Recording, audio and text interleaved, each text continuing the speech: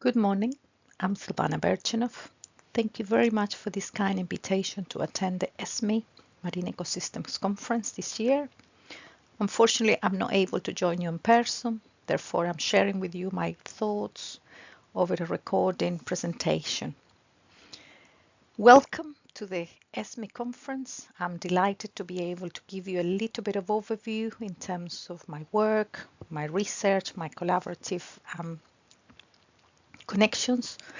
I'm based at ERM as a principal ecologist, but also I hold different positions on the International Council for Exploration of the Seas. Today I'm going to tell you a little bit about some understanding, some thoughts, but also some ideas that I would like to share with you. Before I begin, I'd like to also tell you that this week is Invasive Species Week, as I have here in my top image. The Cropidula fornicata is a species which I have studied extensively and sadly is probably colonizing most of the areas in the UK. Let me tell you a little bit about my work and my background as an ecologist. I have studied at length ecological systems, always with the interest to understand the origins, the distribution, and patterns, until it got to a point that I could not really tease out some of the cause effect changes. So therefore, I turned my attention to climate change. As you see here on the diagram, climate change is affecting on a series of aspects marine species, but something which was really interesting to tease out in the laboratory during specific tests was to look at the early larval stages, the spawning stages, the reproduction outputs. And it's interesting to see how species responses are slightly different as you see a juvenile or a very adult species colonizing some of these resources. So it does has a, a strong influence of phenotypic plasticity. As I continue with my studies, my work covers specific species, primarily commercial species, but also species of conservation importance. A lot of my work was dedicated to draft some of the OSPA report, quality status report in 2023, where we looked at species responses in regards to ocean acidification.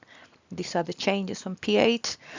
But also I continue my quest of looking at changes in climate, but also in species responses as we look more into the detail across the Northeast Atlantic.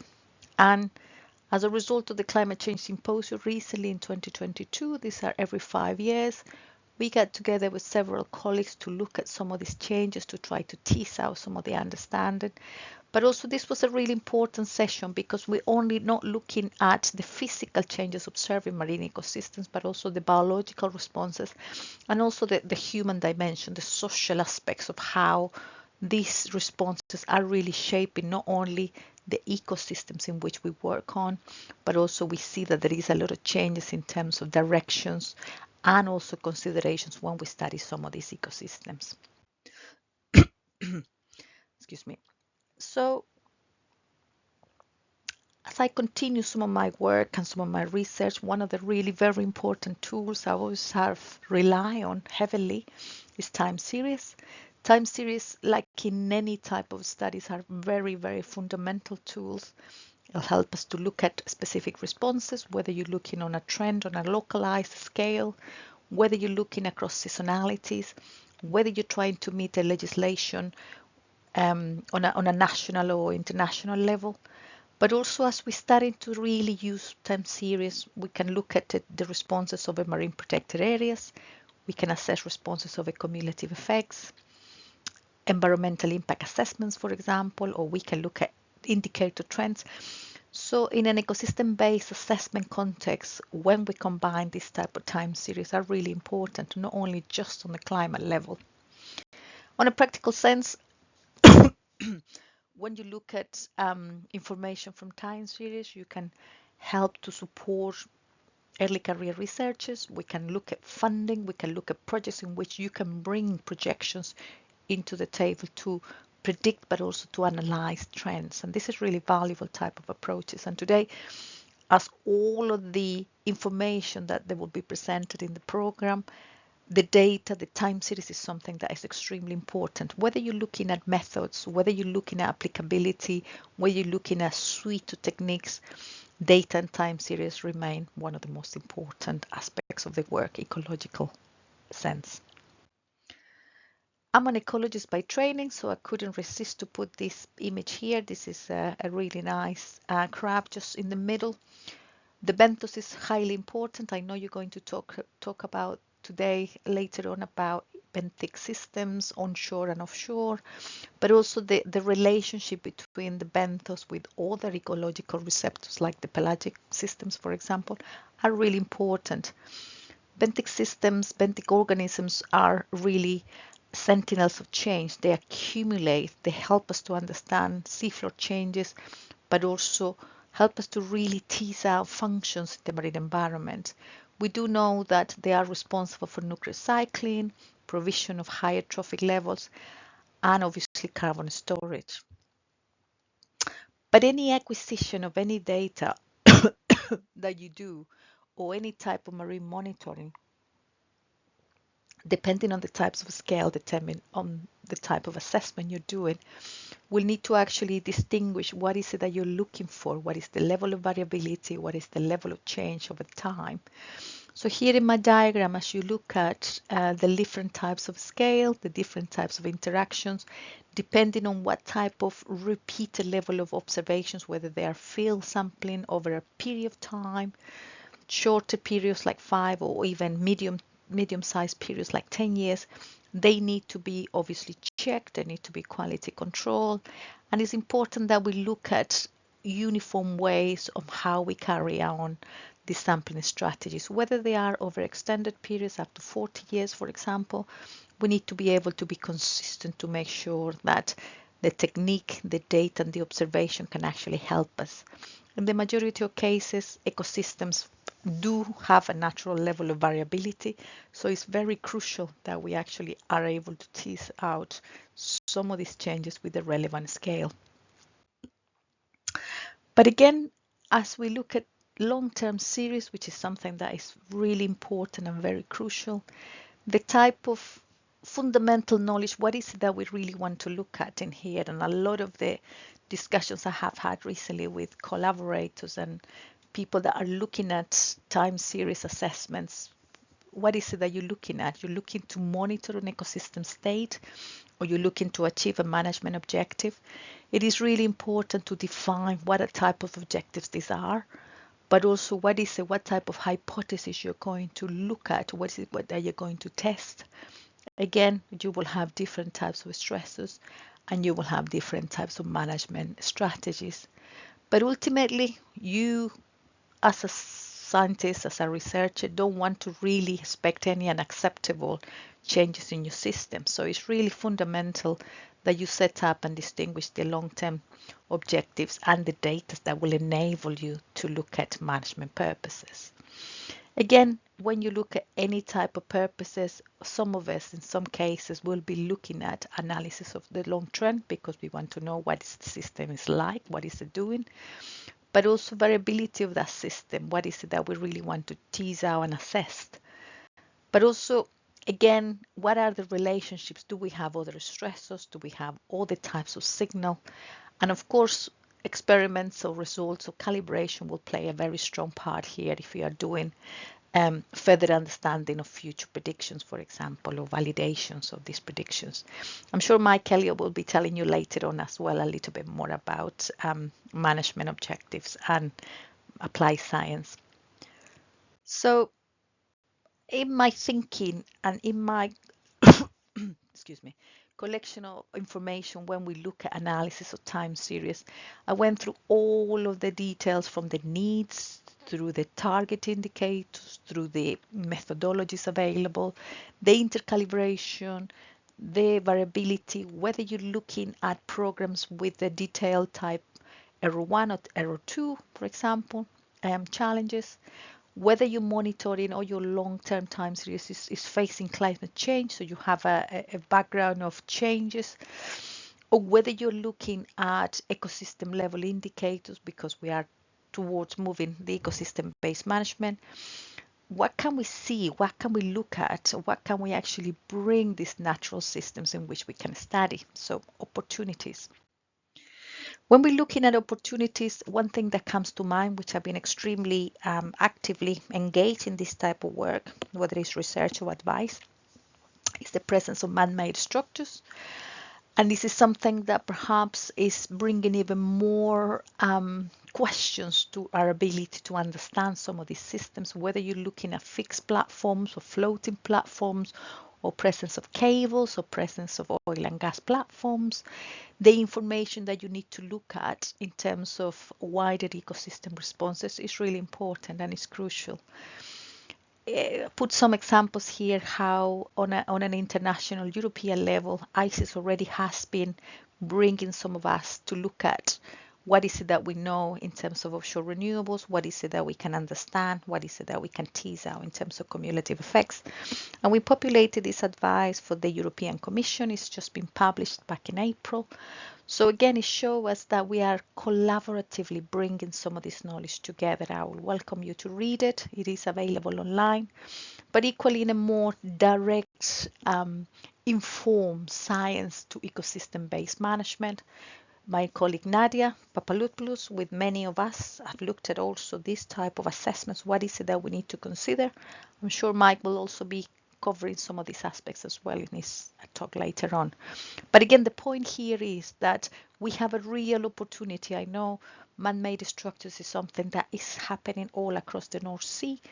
Again, it is an important scenario test that we can use to look at questions. We can look at direction. We can look at dedicated responses on an ecosystem level, whether they are through individual receptors or whether we are across a combined level of receptors. Excuse me. So when we are looking at this, what is it that we really need to consider? And again, many discussions with many colleagues and with Mike also as well supported us to look at across different structures, different patterns, different responses across the different life stages of some of these structures. You can see here in the diagram where we look at some of the dynamics, whether it's habitat modification, whether it's connectivity, whether it's any specific ecosystem level services. These are really important considerations because installing a structure itself is a hard substrata, it's a hard surface, but it's a really going to be similar in the way that we're looking at this type of ecological changes and ecological challenges that we will see in this type of system. And is it really going to affect the dynamics? Is it really going to affect the processes in which those systems operate, with ultimately affecting functions and services on these areas? So again, a wide range of structures will have different scales, different effects, different footprints. So it's really imperatively, really important and crucial that we are looking at those in that level of detail. Excuse me. But as we're starting to look at some of these structures, the next part of what we are doing at the moment is nature inclusive designs. This is something on a technical level. Many colleagues are already looking at some of these structures, as you see here below some of the images. In Belgium, for example, Princess Elizabeth, there is an island where things are being already put in place to assess the presence of these structures. North Sea wide, also there are structures which we are putting all sorts of new ideas like colonization panels. So again, research is already being developed. We still don't know exactly what are we going to get. There's some responses which are positive, others responses that are still being further tested, especially for benthos and fish. We have several structures that have already been put in some positive slants, but also that are other structures that in terms of ecological sense, we need to really think whether we see similar responses across regions and whether the structures in which those structures are really functioning, for example, ledges on structures to look at kittiwakes. Is it really going to be positive interactions, or is it just going to be a very temporal level of presence and then different types of responses will be observed? Again, reef formations for benthos and fish. At the moment, some initial considerations are being studied. But again, is that really enough? Are we going to also promote the presence of invasive species? It's still very much under consideration, but also as we started to put some of these structures in place, we also do need to think about what is going to happen when we reverse the process, the decommissioning part of these man-made structures. And again, biodiversity net gain, nature positive, non-net loss are already being recognized in some of the European but also UK legislation. So there are many opportunities to really be applying some of this ecological knowledge to have an informed and a smart design.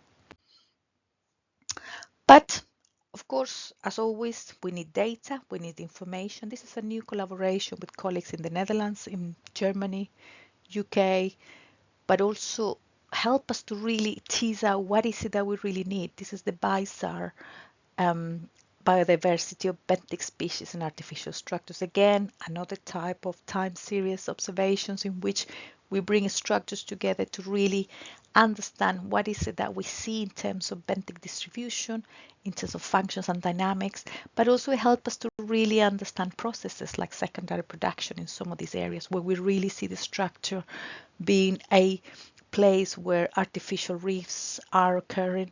Is it a really positive investment? Is it a really happy place for benthic species to live? We are looking into that in more detail, of course. And of course, as excuse me, as we starting to introduce some of these structures already, some of us are well ahead looking what is it that we really need to consider. This was a piece of work, this was a theme set several years ago where myself and colleagues in Belgium, my colleague Stephen de Graar, looked at some of the man-made structures. What is it that we need to think about? Again, adopting a very Shakespearean question, to remove or not to remove, that is the question. Because when it comes to structures, whether it is offshore platforms like offshore wind farms or oil and gas or cables itself, we do need to think about what is it that these artificial habitats are contributing to the wider resilience of marine ecosystems. But as well as that, as the science advances and the positive and negative understanding of the removal of these structures will have overall in decommissioning, we really need to think about the regulatory frameworks, the economic considerations, the recycling of some of these structures, because in some instances we might have to really repurpose some of these platforms. So again, this is something that we do need to be careful. We do need to consider all the policy management, but also industry take on some of these considerations.